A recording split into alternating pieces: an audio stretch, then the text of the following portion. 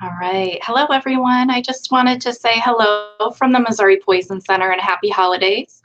We are going to talk today about some hidden toy dangers that you may or may not be aware of. Things that you might purchase for your children or receive as gifts this holiday season. And as always, there on the bottom, you see the Missouri Poison Center's phone number. It's 1-800-222-1222. All right, so let's go with the first toy that we want to talk about today. The first are these super magnets.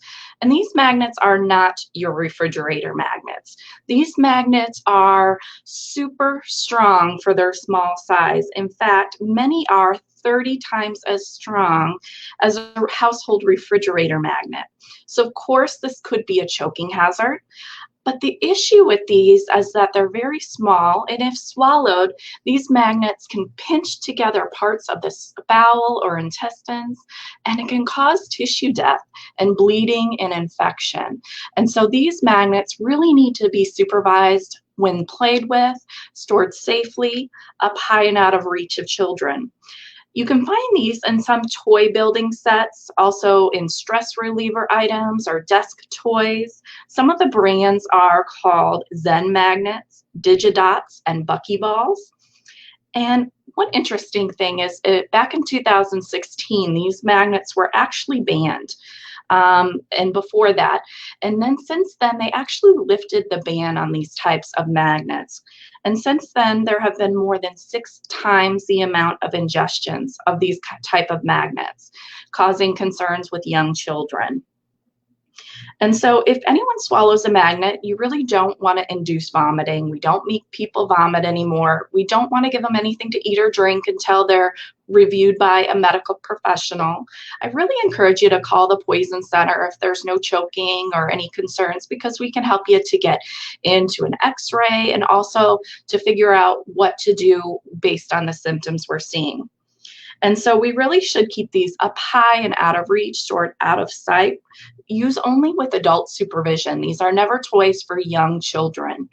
And make sure that they're even counted and put away properly after each use. I'm just going to show you actually a picture, or actually a live shot here, of some of the magnets that we have here in the center as examples. So let's see if we can show those. You see these? These are an example. They're very, very tiny little magnets, right? And they can loop into lots of different shapes. This is like a little fiddle toy that you would have at your desk to kind of stress relief. But these are the types of magnets I'm talking about. All right. So next, I'm just going to show you this x-ray, and this x-ray to me is astounding. This is a 2-year-old back in 2017 with 16 of these magnets found in his intestines, and this could really be what we're seeing in terms of that pinching and looping together, that strong attraction of these magnets causing tissue damage in his stomach. All right, moving on. The next type of toy I want to talk about are these water beads.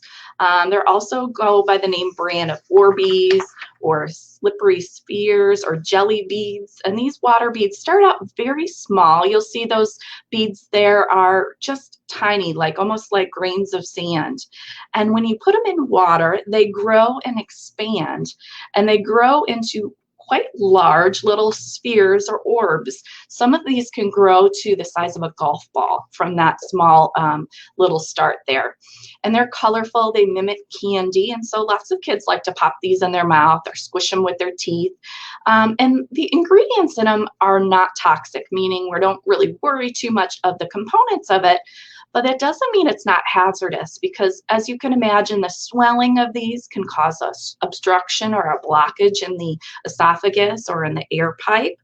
And we have seen that actually many of these exposures are happening in schools, because schools use these as sensory and feeling items to help kids with sensory issues. And we see about 30% of our exposures coming from schools with these types of water beads. And the other concern is, like, a lot of these little beads are put not in the mouth, but maybe up the nose or in the ear. So we're seeing other injuries to other places as well in children.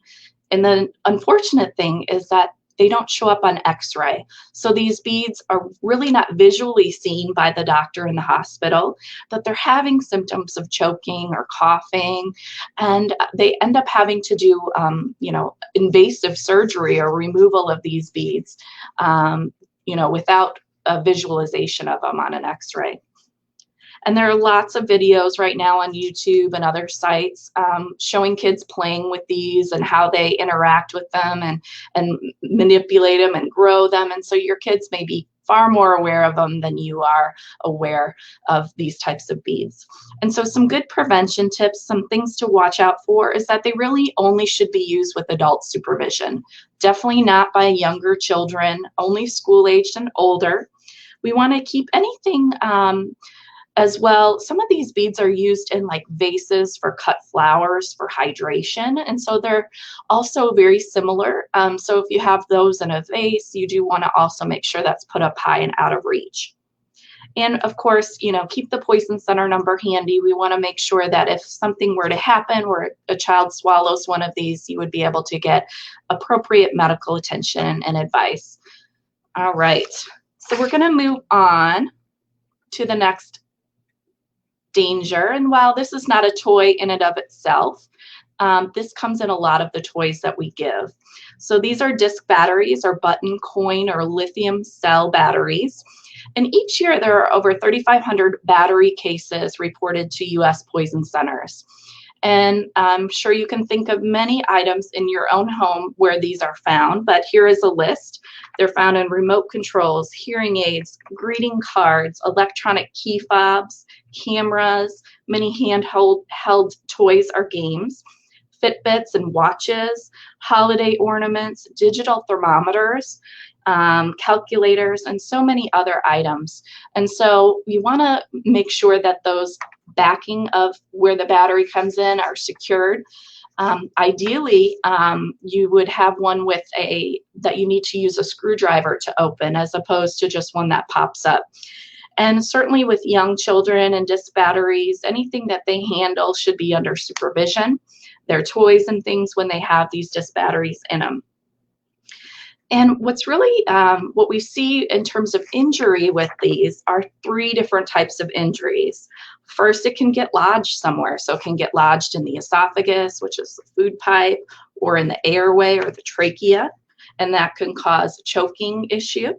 The second is that lodging can cause pressure, and it actually completes an electric current in that with the soft tissues and the throat and such. So we can see actually injuries resulting from burns from the electrical current of these batteries.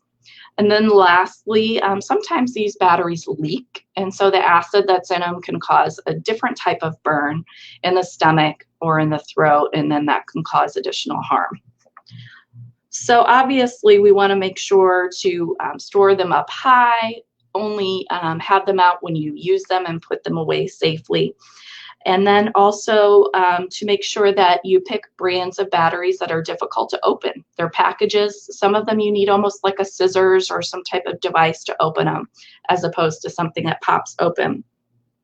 And never put a battery in your mouth to either hold it or test it. Even adults, unfortunately, have swallowed these inadvertently when they get startled or in the such. All right, so I'm going to actually show you a little bit of a video now, and this is brought to you by the Maryland Poison Center, and this is a simulation of what a button battery does in your esophagus. Now, of course, this is a hot dog and not your esophagus, but you can imagine this. What you're seeing is what types of injury we see with button batteries. So let me start this up. All right.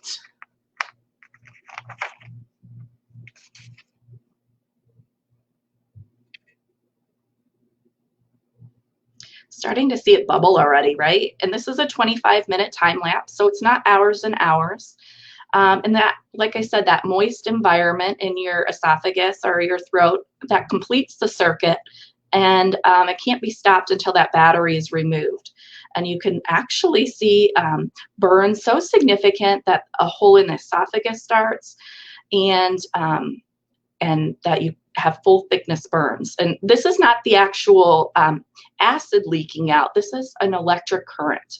So as always, poison centers certainly encourage you to call the poison helpline for free and confidential advice. To get expert help, we can assist you, direct you to the correct hospital. We can talk to you about treatment and provide you with information on what to do if you suspect a child or someone else has swallowed a button battery.